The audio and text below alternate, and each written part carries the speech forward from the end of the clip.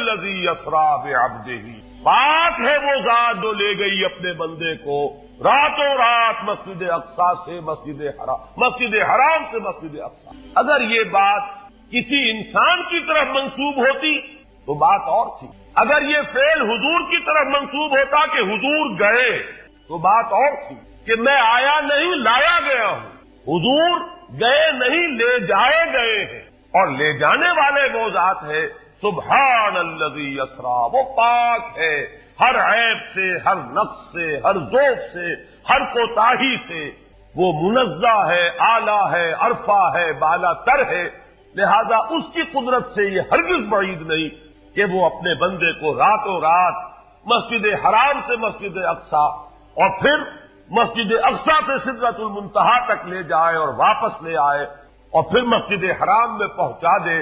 اور بعض روایات میں آتا ہے کہ وضو کا پانی ابھی بہ رہا تھا اور کنڈی جو ہے حضور کے مکان کی وہ ابھی ہل رہی تھی، معلوم ہوا وقت نہیں گزرا۔ میں کچھ بیان کروں گا، میرے بیان کرنے میں کچھ کمی اور بیشی ہونے کا اندیشہ ہے۔ اگر ہم اتنے خوش قسمت ہیں کہ وہ واقعہ ہمارے پاس ایک مفصل حدیث کی شکل میں موجود، اور حدیث بھی دوسرے یا تیسرے طبقے کی کتابوں کی نہیں، متفق علیہ، جس میں روایتاً جیسا کہ میں نے عرض کیا جس کا پایا تقریباً قرآن کے برابر، اور اس حدیث کے راوی ہیں حضرت مالک ابن صعصع رضی اللہ تعالی عنہ۔ ان کے بارے میں ایک بات ہے بڑی اہم، وہ نوٹ کر لیجئے۔ یہ انصاری صحابی ہیں، ان میں سے نہیں ہے کہ جنہیں حدیثیں بیان کرنے کا کوئی زیادہ شوق رہا ہو، یہ غالباً واحد حدیث ہے جو انہوں نے بیان کی، اور انہیں اس سے نہایت شغف تھا، نہایت محبت کے ساتھ انہوں نے اس کو محفوظ کیا تھا، اس کے ایک ایک لفظ کی حفاظت کی۔ چنانچہ بعض دوسرے وہ صحابہ بھی جنہوں نے خود حضور سے یہ بات سنی ہوئی تھی، اب ایک تو وہ خود براہ راست روایت کر رہے ہیں حضور سے کہ ہم نے سنا، حضرت انس ابن مالک رضی اللہ تعالی عنہ خود، لیکن وہ صحابہ بھی ان کی خدمت میں خاص طور پر حاضر ہو کر ان سے اس روایت کو سنتے، اس لیے کہ اس روایت میں ان کا درجہ بہت بلند، ان کو اس سے بہت شغف تھا۔ تو صحابہ جو براہ راست حضور سے سن چکے وہ بھی ان کے پاس جا کر خاص طور پر اس حدیث کو سنا کر، چنانچہ یہ روایت جو متفق علیہ ہے، یہ امام بخاری جو اس کو لائے ہیں عن قتادہ عن انس بن مالک عن مالک ابن صعصع رضی اللہ تعالی عنہ، حضرت انس ابن مالک سے روایت موجود ہے مسلم شریف میں براہ راست ان سے، لیکن یہ اس روایت کو بیان کر رہے ہیں حضرت مالک ابن صعصع رضی اللہ تعالی عنہ کے حوالے سے۔ روایت کیا ہے؟ ان النبی صلی اللہ علیہ وسلم حدثهم عن لیلۃ اسری بہ۔ اب دیکھیے یہ مرفوع حدیث ہو گئی، حضرت صعصع بیان فرما رہے ہیں کہ نبی اکرم صلی اللہ علیہ وسلم نے خود ہمیں سنایا، وہ حالات و واقعات سنائے جو اس رات کو پیش آئے جس رات کے انہیں لے جایا گیا۔ قال بینما انا فی الحطیم وربما قال فی الحجر، حضور فرماتے ہیں کہ میں اسی اثنا میں کہ میں حتیم میں تھا، اور ایک دوسری روایت میں الفاظ حجر آئے ہیں وہ بھی کہتے ہیں اسی حصے کو، مضطجعا میں لیٹا ہوا تھا، اذ اتانی آتن کہ اچانک میرے پاس ایک آنے والا آیا، یہ آنے والے کون ہیں؟ حضرت جبرائیل، یہ بعد میں واضح ہو جائے گا۔ فاشتق ما بین ہذہ الی ہذہ، حضور نے اشارہ فرمایا اس نے یہاں سے یہاں تک میرا سینہ چاک کیا، یعنی من طفرت نہرہ الی شعرتہ، یہ جو گڑھا ہے حلق کا گڑھا یہاں سے لے کر تیرے ناف تک سینہ چاک کیا، فاستخرج قلبی اور میرا دل نکالا، ثم اعطیت بطست من ذهب مملوء ایمانا فغسل قلبی، پھر ایک تشت لایا گیا سنہری جو ایمان سے مملوء تھا، بھرا ہوا تھا، تو پھر اس کے ذریعے سے میرے اس قلب کو سینے کو دھویا گیا، ثم حسیا ثم اعید وفی روایت، اس کے بعد اس کو لوٹا دیا گیا اور پھر وہ زخم بھی سی دیا گیا۔ ایک روایت میں آتا ہے ثم غسل البطن بماء زمزم ثم ملئ ایمانا وحکمتا، اسی طریقے سے پورے پیٹ کو بھی صاف کیا گیا ماء زمزم سے اور اس میں بھی ایمان اور حکمت بھر دیے. ثم اوتیت بدابۃ، پھر میرے پاس ایک چوپایا لایا گیا، دون البغل فوق الحمار، جو بغل یعنی خچر سے تو کچھ چھوٹا تھا اور حمار یعنی گدھے سے کچھ بڑا تھا. اب یہ جو سفید تھا، یقال له البراق، جس کا نام براق ہے. وَيَضَعُ خَطْوَهُ عِنْدَ أَقْصَى طَرْفِهِ، اور اس کا ہر قدم اس کی حد نگاہ پر جا کر پڑتا تھا. فَعِلْتُ عَلَيْهِ، میں اس پر سوار ہوا. فَانْطَلَقَ بِي جِبْرَائِیل، اب یہاں نام آ گیا، وہ آنے والے کون تھے. پھر چلے میرے ساتھ حضرت جبرائیل، حَتَّى أَتَى السَّمَاءَ الدُّنْيَا، یہاں تک کہ وہ آسمان دنیا تک پہنچ گئے، جو پہلا آسمان. اب یہاں دیکھیے وہ روایت میں جو زمینی سفر کا درمیانی حصہ ہے وہ رہ گیا. دوسری روایات سے ہم اس کو جوڑ کر جمع کریں کہ پہلا زمینی سفر ہے، مسجد اقصیٰ تک پہنچے ہیں. وہاں جا کر روایت میں آتا ہے میں نے وہیں اپنے اس خچر کو باندھا، براق کو، جہاں انبیاء باندھا کرتے تھے، اور پھر وہاں میں نے نماز ادا کی. بہت سے لوگ جمع ہوئے، میں منتظر تھا کہ کون نماز پڑھائے گا، کہ جبرائیل نے میرا ہاتھ پکڑ کر مجھے آگے کیا. میں نے نماز پڑھائی اور پھر جبرائیل نے مجھے بتایا کہ یہ تمام انبیاء تھے جو اس دنیا میں مبعوث ہوئے ہیں، اور آج آپ نے ان سب کی امامت کی. یہاں سے پھر شروع ہوا ہے وہ دوسرا سفر. لیکن جب پہلے آسمان تک پہنچے، فاستفتح، انہوں نے دستک دی، کھلوانا چاہا. قیل من ھذا، پوچھا گیا کون ہے. قال جبرائیل، انہوں نے جواب دیا جبرائیل. قیل ومن معک، پوچھا گیا کہ آپ کے ساتھ کون ہے. دیکھیے یہاں ذہن میں رکھیے گا، اس امکان کو کوئی شخص مسترد نہیں کر سکتا کہ ان ملائکہ کے علم میں ہو، لیکن پھر بھی پوچھ رہے ہیں. قانون ہے، دروازے پر دستک دینی ہوگی، آئیڈینٹی ڈسکلوز کرنی ہوگی، چاہے علم میں ہو. جج جو ہے وہ اپنے علم کی بنیاد پر فیصلہ کبھی نہیں دے گا، وہ تو مقدمے کی سماعت ہوگی، شہادتوں کی بنیاد پر فیصلہ ہوگا. ذاتی علم کی بنیاد پر کرنا ہے تو وہ خود کسی اور عدالت میں اس مقدمے کو منتقل کرے اور وہاں گواہ کی حیثیت سے. تو قانون ہے. پوچھا گیا آپ کے ساتھ کون ہے. قال محمد صلی اللہ علیہ وسلم. قیل وقد ارسل الیہ، پوچھا گیا کیا انہیں بلایا گیا ہے. قال نعم، انہوں نے فرمایا ہاں. قیل مرحبا بہ فنعم المجیء جاء ففتح فلما خلصت، اس کے بعد کہا گیا مرحبا ان کے لیے، تہنیت ہے، مبارکباد ہے، خوش آمدید ہے، کیا ہی اچھے ہیں وہ جو لائے گئے ہیں.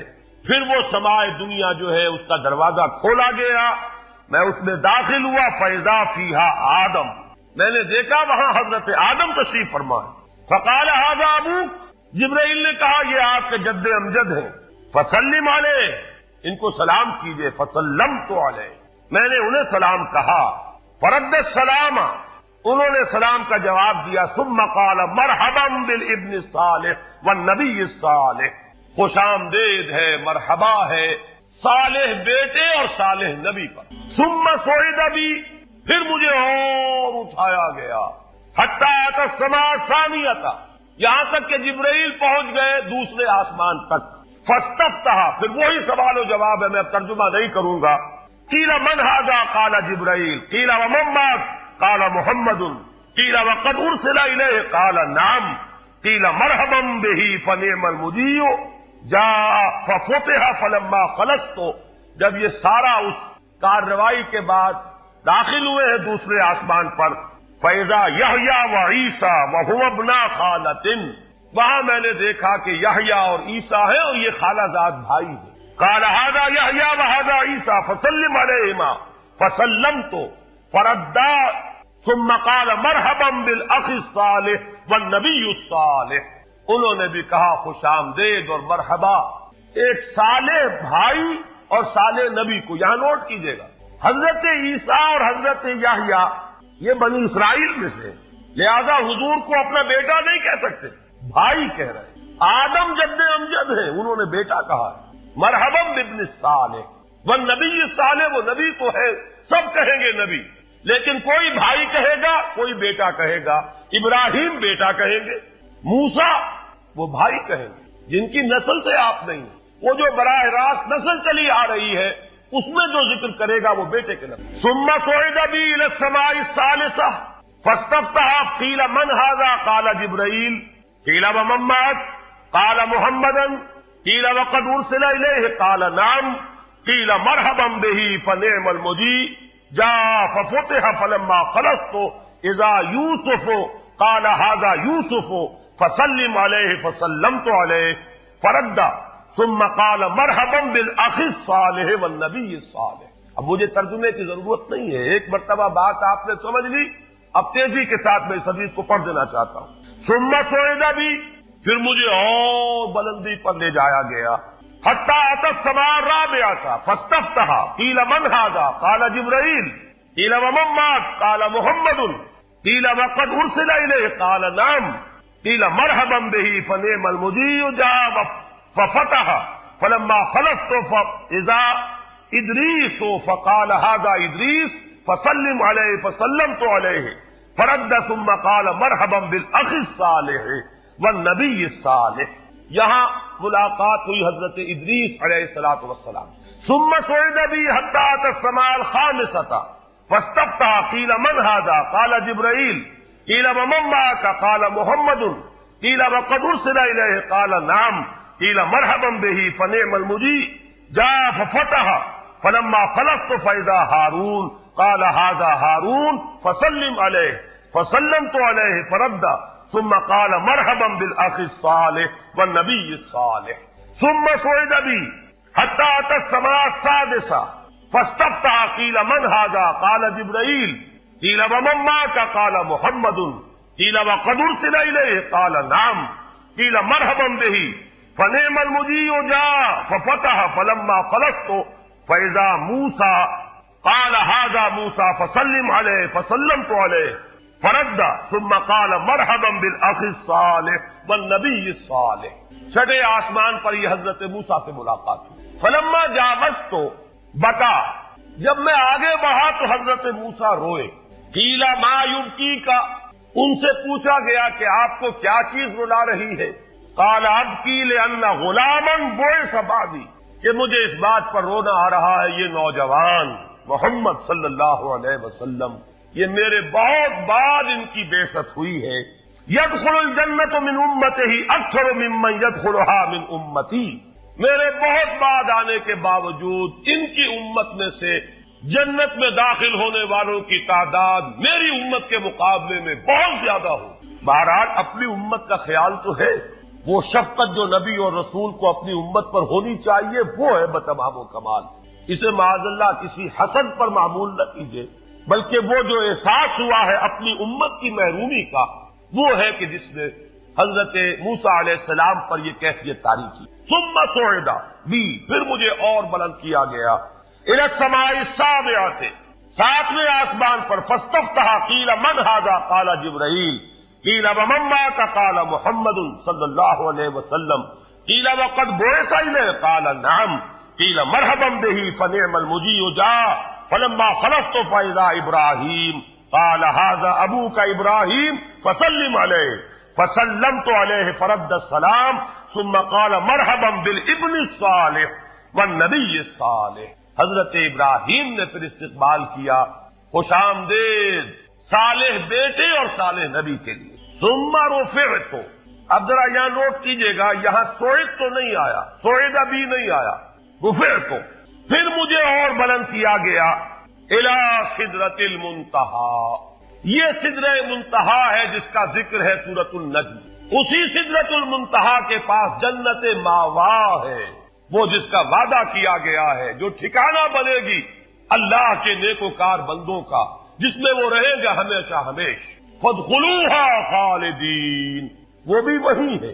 پھر اٹھائے گئے حضور بیت المعمور تک، ثم اعطیت باناء من خمر واناء من لبن واناء من عسل، پھر میرے سامنے یہ بیت معمور کیا ہے یہ بھی جان لیجئے، یہ در حقیقت اس سماء سابعہ پر، ساتویں آسمان پر، خانہ کعبہ کا اصل جو ہے اللہ کا گھر، جس کا یہ ظل اور سایہ اس دنیا میں ہے، خانہ کعبہ، یہ ہے وہ بیت المعمور، جس کے بارے میں ایک اور روایت میں الفاظ یہ آئے ہیں، اس میں روزانہ 70,000 فرشتے داخل ہوتے ہیں، اور جو فرشتہ ایک مرتبہ داخل ہوا ہے آج تک اسے دوبارہ داخل ہونے کی نوبت نہیں آئی۔ اسی طریقے سے وہ فرشتے ہیں جو طواف کرتے ہیں خانہ کعبہ کا۔ پھر جان لیجئے یہ ہماری نگاہوں سے مخفی عالم غیب کی ایک دنیا ہے اپنی جگہ، چاہے ہمیں نظر نہ آئے۔ پھر میرے سامنے 3 برتن لائے گئے، ایک دودھ کا اور ایک شہد کا اور ایک شراب کا۔ فاخذت اللبن، میں نے دودھ والا پیالہ اٹھا لیا۔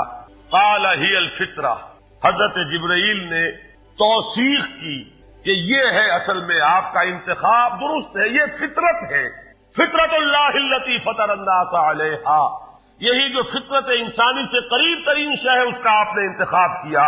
اتت انت علیہا و امتک، اسی فطرت پر اے محمد آپ بھی ہے اور آپ کی امت بھی۔ ثم فرضت علیہ صلوات 50 کل یوم، ایک اور روایت میں الفاظ آئے ہیں، اس میں اس کی وضاحت نہیں ہے کہ 3 چیزیں حضور کو یہاں عطا کی گئی۔ ایک تو 50 نمازیں جو فرض ہوئی، ایک دن رات میں 50 نمازیں، اور ایک سورہ بقرہ کی آخری 2 آیات جو تحفہ اللہ نے دیا محمد کو امت کے لیے صلی اللہ علیہ وسلم۔ آمن الرسول بما انزل الیہ من ربہ والمؤمنون کل آمن باللہ وملائکتہ وکتبہ ورسلہ، یہاں سے لے کر آخر تک فانصرنا علی القوم الکافرین تک، یہ 2 آیات یہ جنت کے خزانوں میں سے 2 خزانے ہیں جو شب معراج کو عطا ہوئے ہیں محمد الرسول اللہ کو بطور تحفہ امت کے۔ اور تیسری بات یہ کہ اے نبی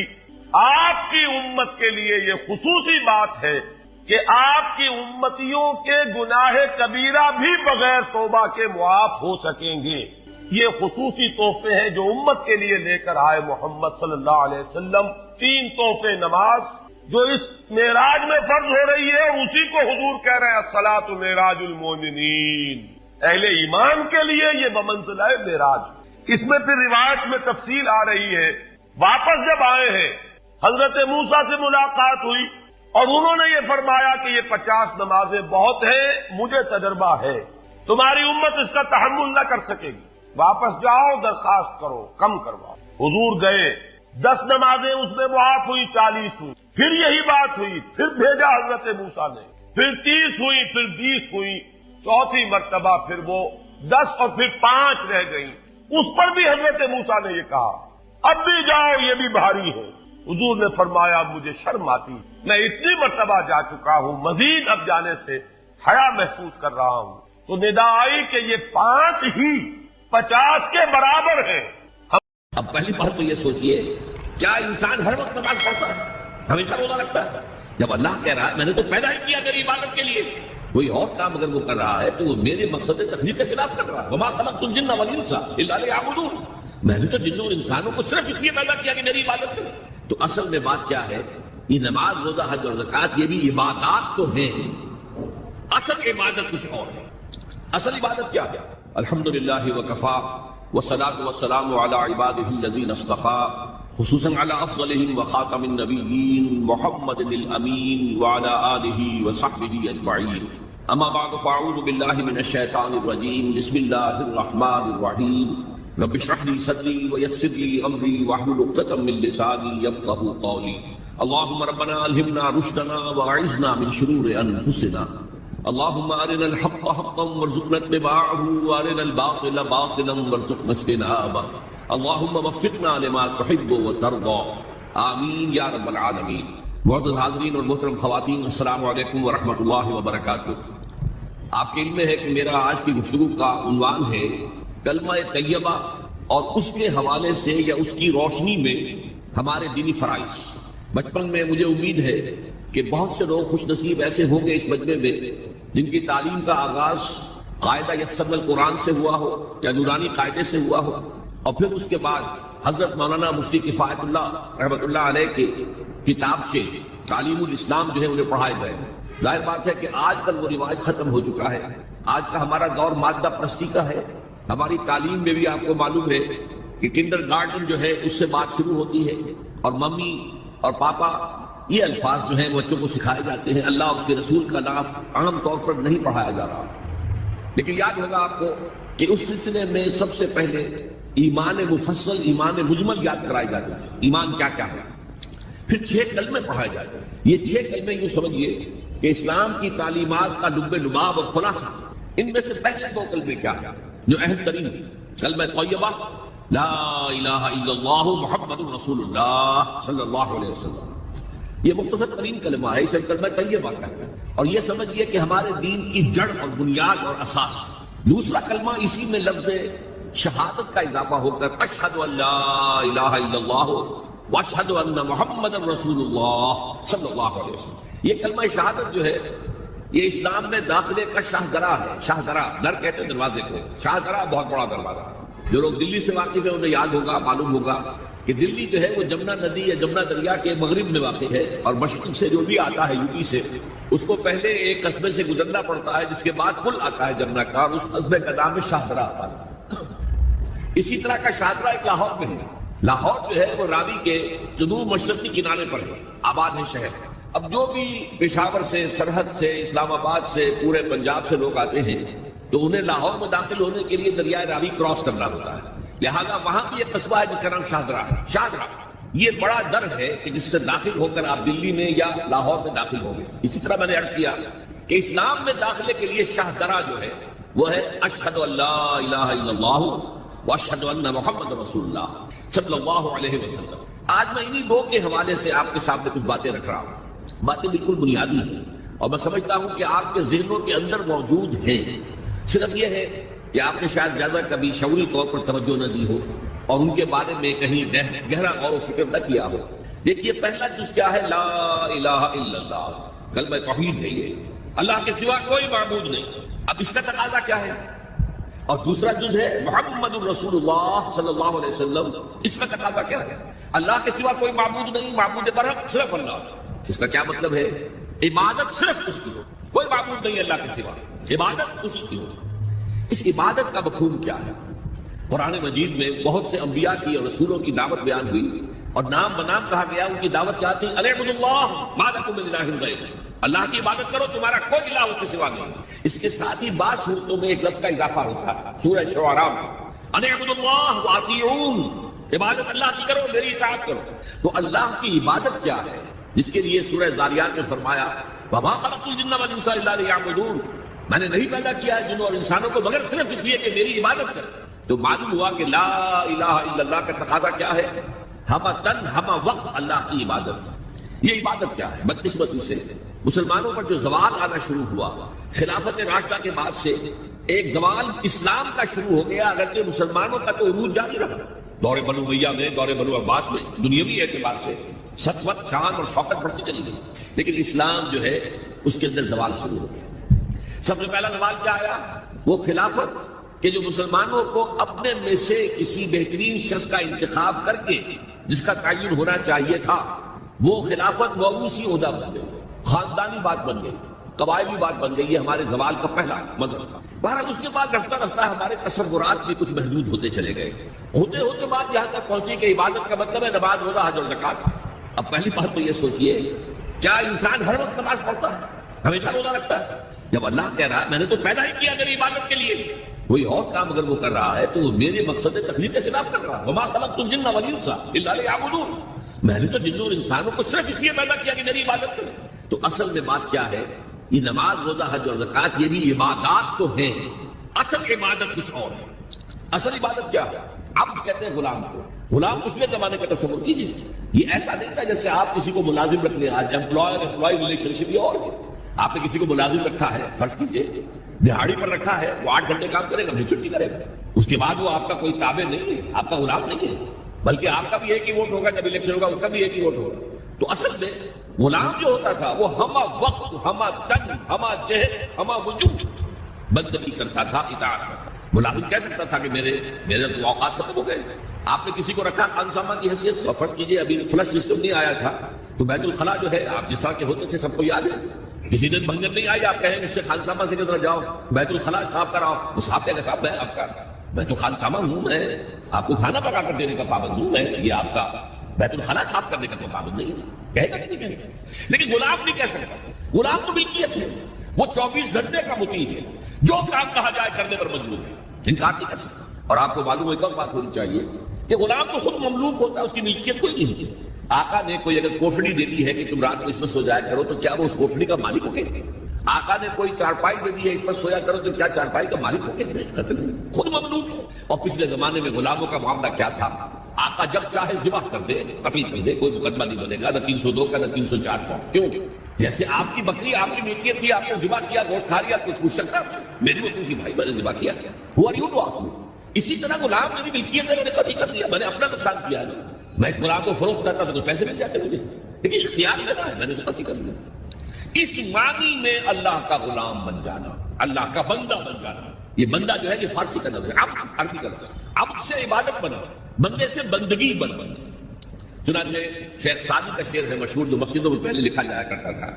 آج کل تو ہمارا نئی قسم کی مسجدوں کے ڈیزائن بنتے ہیں، پچھلے زمانے میں کیا ہوتا تھا؟ اس در کے اوپر پکڑا بنا ہوا ہے، روز محشر کے جان گداز بوت اولی کوشش نماز بوت۔ وہ قیامت کا دن جو بہت سخت ہے، پہلا حساب نماز کا ہوگا۔ اور یہ شعر میں لکھا ہوتا تھا، زندگی آمد برائے بندگی، زندگی بے بندگی شرمندگی۔ یہ زندگی ہمیں ملی ہی بندگی کے لیے ہے، وما خلقت الجن والانس الا لیعبدون۔ تو اگر ہم بندگی نہیں کرتے اللہ کی تو شرمندگی ہی شرمندگی ہے، گویا کہ ہم اپنے مقصد تخلیق کو تو پورا نہیں کر رہے۔ آپ نے قلم بنایا تھا لکھنے کے لیے، لکھتا نہیں ہے تو اٹھا کے پھینک دیں گے، آپ اس کو کوڑے میں ڈالیں گے۔ لہذا انسان کی تخلیق اور جنوں کی تخلیق بندگی کے لیے، زندگی آمد برائے بندگی، زندگی بے بندگی شرمندگی۔ یہ ہما وقت، ہما تن، ہما وجوہ، ہما جہد اللہ کی طاعت، یہ ہے عبادت۔ اس عبادت کے لیے عبادات ہمیں دی گئی ہے۔ جیسے یہ اگر کھڑا ہوا ہے شامیانہ تو آپ نے دیکھا یہ جو بانس کھڑے ہوئے ہیں، یہ عبادت جو ہے اس کی چھت سمجھ لیجیے 4 ستونوں پر کھڑی ہے، نماز، روزہ، حج، زکات۔ نماز کس لیے؟ تاکہ 5 مرتبہ تازہ کر لو اللہ سے عہد بندگی، ایاک نعبد و ایاک نستعین۔ کہیں بھول مت جانا، صبح ہوئی ہے پہلے اپنا اللہ سے بندگی کا عہد تازہ کر لو، پھر دکان پہ جانا، پھر دفتر میں جانا، اور پھر دوپہر میں پھر نکلو، پھر تازہ کرو۔ وہاں کا لنچ آور ہوگا لیکن اس اللہ کو پہلے یاد کرو۔ پھر جب بہت زیادہ ایکٹیویٹی کا ٹائم ہوتا ہے شام کا، پھر یاد کرو اللہ کو عصر کے وقت، پھر مغرب کے وقت، پھر رات کو عشاء، 5 دفعہ یاد کرو اپنی صلاۃ کا ذکری، کہ تمہیں یہ بات یاد رہے کہ ہم اللہ کے بندے ہیں اور ہمارا کام بندگی ہے، ہما تن، ہما وجوہ، ہما وقت اللہ کی عبادت۔ روزہ کیوں دیا؟ تاکہ نفس کے اندر جو شیطنت ہے، ان النفس لامارۃ بالسوء، اس نفس کو کنٹرول کرنے کی عادت ہو جائے۔ بھوک برداشت کرو، کسی وقت کھانے کو حلال چیز نہیں مل رہی تو بھوک برداشت کرو، فوراً کسی حرام شے کے اندر منہ نہ مار دو، تمہارے اندر عادت ہونی چاہیے۔ پیاس شدید لگی ہوئی ہے تو اگر کوئی صحیح مشروب نہیں ہے تو ایسا نہیں کرو کہ کیا کریں، جہاں پر تو سوائے جو شراب کا کچھ ملتا ہی نہیں تو لوگ شراب ہی پیتے ہیں۔ اس کے لیے مشق کرانے کے لیے 30 دن صبح سے شام تک جائز مشروب بھی نہ پیو، جائز کھانا بھی نہ کھاؤ، تاکہ تمہارے اندر صلاحیت پیدا ہو جائے کہ باقی 11 مہینوں میں ناجائز سے تو بچو۔ یہ ہے عبادت کے ساتھ ان عبادات کا تعلق۔ ایک بڑی ہمارے اندر جو ہے نفس کی خواہش، دولت پرستی، اس کو نکالنے کے لیے صدقہ، خیرات، انفاق، خرچ کرو، تاکہ یہ اللہ کے حکم کو پیچھے پھینک دیا، نفس کے حکم کو آگے رکھا۔ یہ شرک، اس شرک کو جاننے والے بہت کم ہیں۔ مولانا روم نے خوب کہا تھا، نفس ماں ہم کم طرف فرعون نیست، لیکن ایراون نیست، میرا نفس بھی فرعون سے کم نہیں ہے۔ فرعون نے کہا تھا نا، الیس لی ملک مصر وہذہ الانہار تجری من تحتی، کیا اس ملک کے مصر کی حکومت میری نہیں ہے؟ اور سارا جو یہ آب پاشی کا نظام ہے، انہار کا نظام ہے، وہ میرے کنٹرول میں نہیں ہے؟ جس کا چاہوں موقع کھلا رکھوں، جس کا چاہوں بند کر دوں۔ یہ تھا خدائی کا دعویٰ، انا ربکم الاعلی۔ تو مولانا ڈور کہتے ہیں میرا نفس بھی اس سے کمتر نہیں ہے۔ وہ کہتا یہ جسم میرا ہے، اس پر میرا حکم چلے گا، میں نہیں جانتا کون اللہ کون رسول، کیا حرام کیا حلال۔ تو فرعون سے کم تو نہیں ہے میرا نفس۔ لیکن فرعون اس کی بہت مدد تھی، فوج تھی، لاؤ لشکر تھا، تو اس نے زبان سے بھی کہہ دیا کھل کر انا ربکم الاعلی۔ میں مسکین ہوں، غریب ہوں، میرے پاس کوئی طاقت نہیں ہے، میں زبان سے تو کچھ نہیں کہہ سکتا، اندر سے میرا نفس یہی کہتا۔ یہ نفس کی حکومت قرآن کہتا ہے، میں حیران ہوتا ہوں، 2 جگہ یہ مضمون آیا ہے، ارأیت من اتخذ الہہ ہواہ افانت تکون علیہ وکیلا۔ اے نبی تم نے دیکھا اس شخص کو، اس کے ہاتھ پر غور کیا جس نے اپنی خواہش نفس کو اپنا الہ بنا لیا۔ اللہ اکبر، الہ لا الہ الا اللہ، کلمہ توحید کا مرکزی لفظ یہاں آ رہا ہے، من اتخذ الہہ ہواہ، جس نے اپنی خواہش نفس کو اپنا معبود بنا لیا الہ۔ افانت تکون علیہ وکیلا، کیا آپ ایسے شخص کی کوئی ذمہ داری لے سکتے ہیں؟ سود حرام ہوا کرے جی، حرام ہمارا دھندا جو ہے وہ آگے بڑھ نہیں سکتا، اللہ کے حکم کو پیچھے ڈالا، نفس کے تقاضے کو آگے رکھا، کون معبود ہے؟ نام عبداللہ رکھیے، نام عبد الرحمان رکھیے، اے عبد النفس، نفس کے بندے، نفس کے غلام۔ پوچھا کہ ایو الہجرت افضل یا رسول اللہ، اے اللہ کے رسول بتائیے سب سے اعلیٰ ہجرت کون سی ہے، افضل؟ فرمایا ان تہجر ما کرہ ربک، ہر اس چیز کو چھوڑ دو جو تمہارے رب کو پسند نہیں۔ آج رات ہی سے آپ ہجرت شروع کر سکتے ہیں۔ جائزہ لیجئے کیا کیا چیزیں میری زندگی میں خلاف شریعت ہے تو اللہ کو ناپسند ہے، فیصلہ کیجئے کہ آج کے بعد نہیں ہوگی، ہجرت شروع ہو گئی۔ افضل الہجرہ، سب سے افضل ہجرت شروع ہو گئی۔ المجاہد من جاہد نفسہ، جہاد تو یہاں سے شروع ہو گیا، اپنے نفس کے خلاف جہاد کرنا۔ صبح نفس نے کہا ابھی سو جاؤ، آپ نے نفس کی بات کو رکھ دیا، اپنا کمبل اٹھا کے پھینکا، اٹھے، وضو کیا، نماز کے لیے آپ مسجد چل دیے، آپ نے جہاد کیا نفس کے خلاف۔ یہ افضل الجہاد ہے۔ افرأیت من اتخذ الہہ ہواہ افانت تکون علیہ وکیلا، کیا تم نے غور کیا اس شخص کی حالت پر جس نے اپنی خواہش سے نفس کو اپنا معبود بنا لیا، الہ بنا لیا، کہہ رہا ہے لا الہ الا اللہ، لا الہ الا اللہ، لیکن الہ تو اس کا نفس ہے۔ ظاہر بات ہے فرعون نے اگر دعویٰ کیا تھا میں تمہارا خدا ہوں، انا ربکم الاعلی، تو کیا اس کا مطلب یہ تھا کائنات میں نے پیدا کی، تمہیں میں نے پیدا کی؟ ذرا سوچیے، کیا وہ بزرگ موجود نہیں ہوں گے جنہوں نے اسے دیکھا ہو کہ آج اس کی ولادت ہوئی تھی، کل اس کی کوئی اور سیریمنی ہوئی تھی؟ یہ کیسے دعویٰ کیا تھا؟ میرا حکم چلے گا، میں نہیں جانتا، علیہ سلیم کو مصر کی حکومت میری ہے کہ نہیں؟ قرآن حکیم نے بھی سورہ آل عمران کے آخری رکوع میں ذکر کو سب سے پہلے اور سب سے اہم عامل کی حیثیت سے شمار کیا۔ چنانچہ اس کی پہلی آیت جو ہے سورہ آل عمران کے آخری رکوع کی، اس میں تو وہی مضمون جو میں بیان کر چکا وہ آیا ہے، ان فی خلق السماوات والارض واختلاف اللیل والنہار لآیات لأولی الالباب، یقیناً آسمان اور زمین کی تخلیق میں اور دن اور رات کے الٹ پھیر میں نشانیاں ہیں ہوش مندوں کے۔ ان کے ذریعے سے انسانی شعور کے اندر وہ معرفت رب اجاگر ہوگی۔ وہ پہلا مرحلہ اس نے طے کر لیا، وہ ڈورمنٹ معرفت اب ایکٹیویٹ ہو گئی۔ اب مزید فکر کا مرحلہ ہے جو اگلی آیت میں آیا ہے، الذین یذکرون اللہ قیاما وقعودا وعلی جنوبہم ویتفکرون فی خلق السماوات والارض ربنا ما خلقت ھذا باطلا سبحانک فقنا عذاب النار۔ یعنی تفکر جو ہے، یتفکرون فی خلق السماوات والارض، وہ تفکر کرتے ہیں، غور و فکر کرتے ہیں آسمان اور زمین کی تخلیق میں، لیکن اس تفکر کے ساتھ لازماً ذکر اور ذکر مدام، ذکر بھی وہ کہ جو مستقل ہو، ہر حالت میں ہو۔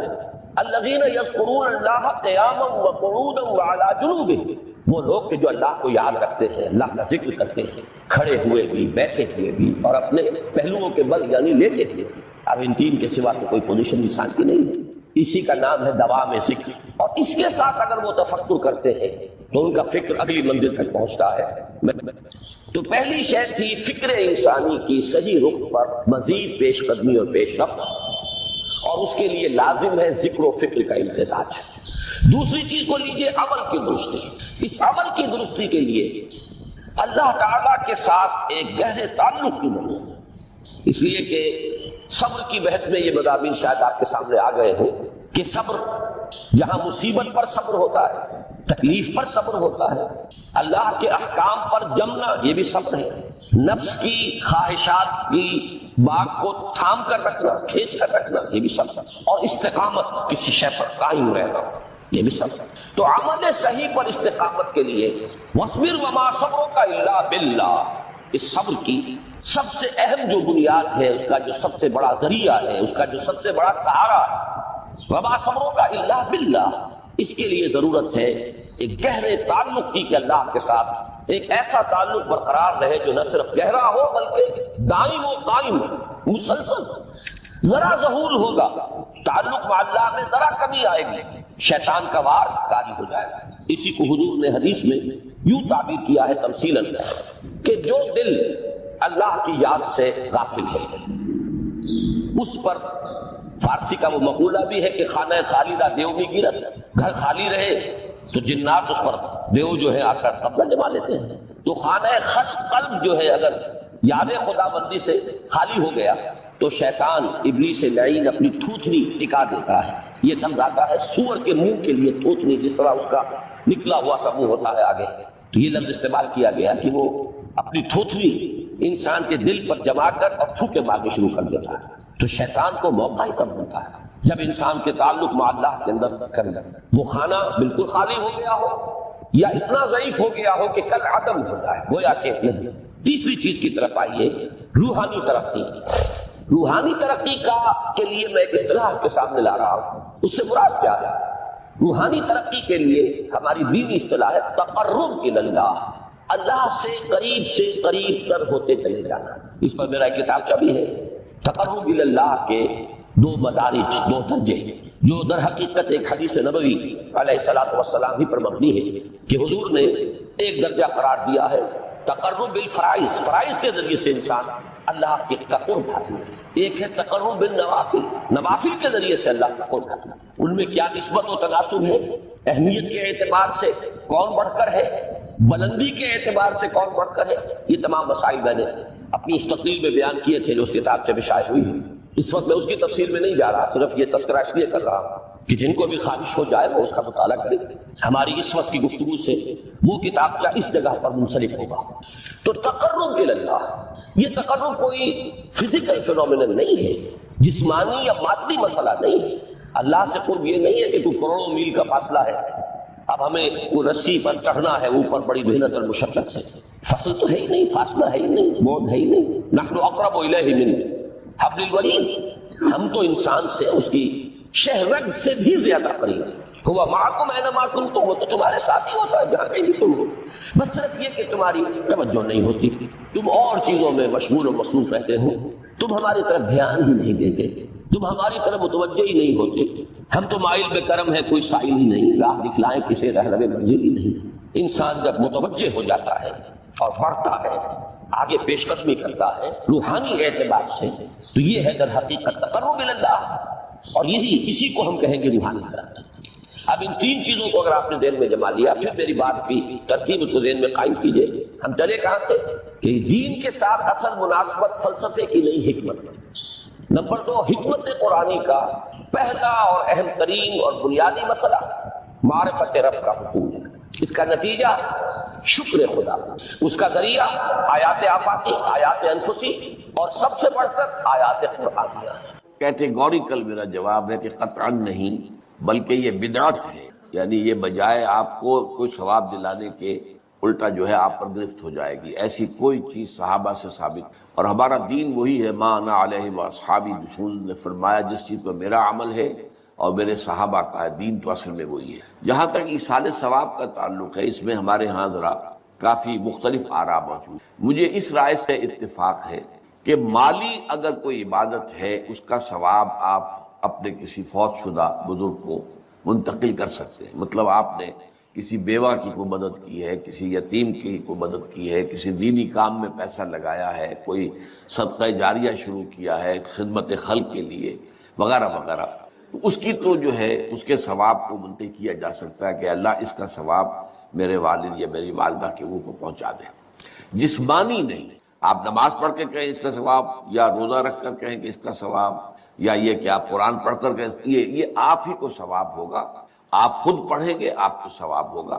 البتہ ایسے تمام افعال کے بعد جب آپ اللہ سے دعا کریں گے، یہ نہیں کہیں گے کہ میرے اس فعل کا ثواب منتقل کر دے، اے اللہ میرے والدین کی مغفرت فرما، تو یہ کوئی نیک کام کرنے کے بعد جو ہے اس دعا کی تاثیر جو ہے وہ بڑھ جاتی ہے۔ بس اس پہلو میں انڈائریکٹلی اس کا ایک تعلق بن جائے گا، ورنہ یہ کہ وہ اس طریقے سے بچوں کو بلانا اور پڑھانا اور یہ جو ہے سوئم میں کرنا اور قرآن خوانی کی محفلیں، یہ سب بدعات ہیں، اور یہ در حقیقت دین میں اضافے ہیں اور ان کی کوئی حقیقت نہیں۔ دیکھیے، انسانی زندگی کے یہ 3 دور ہیں، حیات دنیاوی جو ہماری پیدائش سے شروع ہو کر اور ہماری موت پر ختم ہو جائے، پھر حیات برزخی موت سے لے کر قیامت کے دن تک، اور پھر حیات اخروی ہے قیامت میں ریزوریکشن کے بعد سے وہ زندگی جو ہے جو جنت یا دوزخ کی ہے۔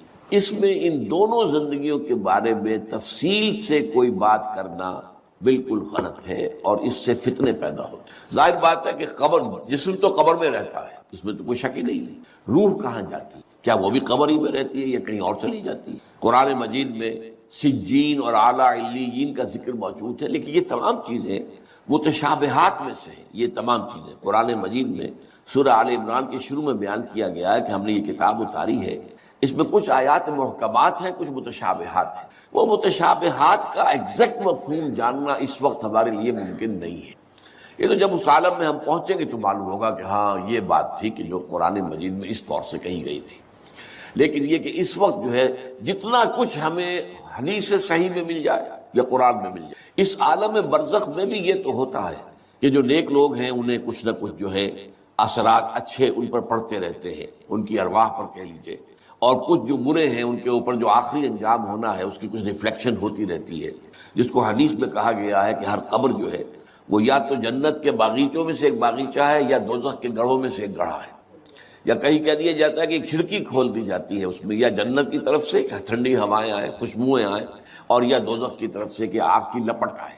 دوزخ میں داخل ہوں گے قیامت کے بعد ہی، اور جنت میں داخل ہوں گے قیامت کے بعد ہی، لیکن اس کے کچھ آثار پڑنے شروع ہو جاتے ہیں، وہ جس کو انگریزی میں آپ کہتے ہیں coming events cast their shadows before, بعد میں آنے والے واقعات جو ہیں ان کے کچھ سائے جو ہیں پہلے سے آنے شروع ہو جاتے ہیں۔ تو اسی طرح سمجھیے کہ جو کچھ آخرت میں کسی انسان کے ساتھ ہونا ہے اس کا ایک عکس جو ہے وہ عالم برزخ میں شروع ہو جائے۔ اسی لیے قرآن مجید میں یہ بھی آیا ہے کہ یہ جو آل فرعون تھے یہ صبح و شام جہنم پر پیش کیے جاتے ہیں، اور قیامت کے دن پھر کہہ دیا جائے گا ادخلوا آل فرعون نار، ان کو داخل کر دو آگ کے اندر۔ تو یہ اس حد تک، باقی یہ ہے کہ تفصیل میں جانا، ہاں ایک رائے ہے، یہ شاہ ولی اللہ دہلوی رحمۃ اللہ علیہ کی ہے، اگر ان کی رائے نہ ہوتی تو میں اسے بیان بھی نہ کرتا، لیکن یہ کہ وہ ایک بہت بڑے محدث اور بہت مفکر اور دین کے فلسفے سے بہت بڑے واقف انسان تھے۔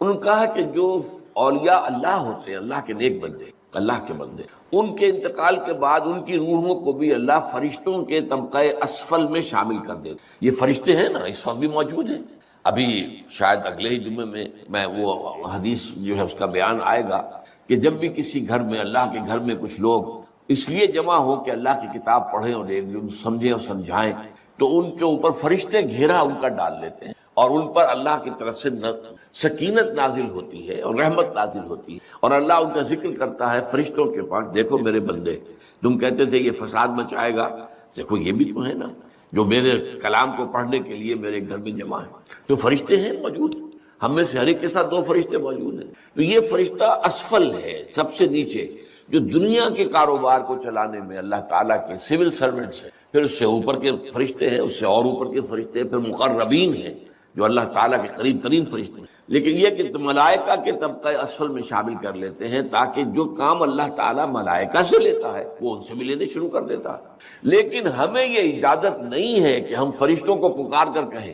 کہ اے فرشتے، اے جبریل، اے میکائیل، یا فلاں، اے منکر، جو یا میرے جو ہے کرامن کاتبین، میرا یہ کام کر دو، نہیں، یہ شرک ہو جائے۔ اسی طرح ہو سکتا ہے کہ انبیاء کی ارواح جو ہے وہ بھی اللہ تعالیٰ نے شامل کی ہوئی اس لشکر کے اندر، وہ کام کر رہے ہوں اور وہ اللہ تعالیٰ کے حکم سے مختلف معاملات جو ایگزیکیوٹ کرتے ہوں، لیکن ہم کسی کو پکار نہیں سکتے۔